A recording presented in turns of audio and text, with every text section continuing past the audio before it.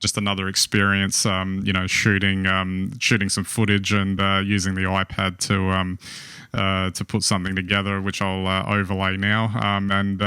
It was quite fun. I think I've already done a couple of these already, but it just goes to show that you can use these truly mobile devices to give. It's kind of like a relaxed kind of almost pleasurable experience, as opposed to I'm sitting at a workstation, editing all this stuff and getting it all done and stuff. But you can just produce all these things. You can get them, you can upload them, to the internet. So in this case, up to our SciTech Culture YouTube channel, no problems at all, straight from the iPad.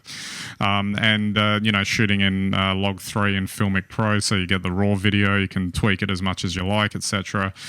The only thing I'd say is that on the one hand, there was a certain ease to do it on the iPad, but on the other hand, they really just need to plug some gaps in iPad OS to truly make it properly functional. Now, the cynic is obviously saying that they don't want to lose sales of their Macs because Final Cut obviously gives you the file management and granular control that you can't really get on the iPad. But at this point, there doesn't seem to be a reason why the iPad couldn't have those things. But I guess if they put those things in there, then you wouldn't be buying a Mac then, would you?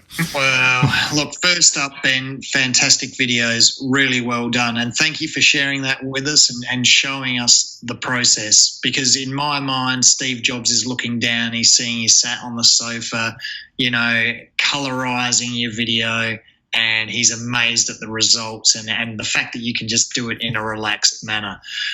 On the other side, I'm sure he's screaming as well because, I don't think Apple knows what it's doing with its product range anymore.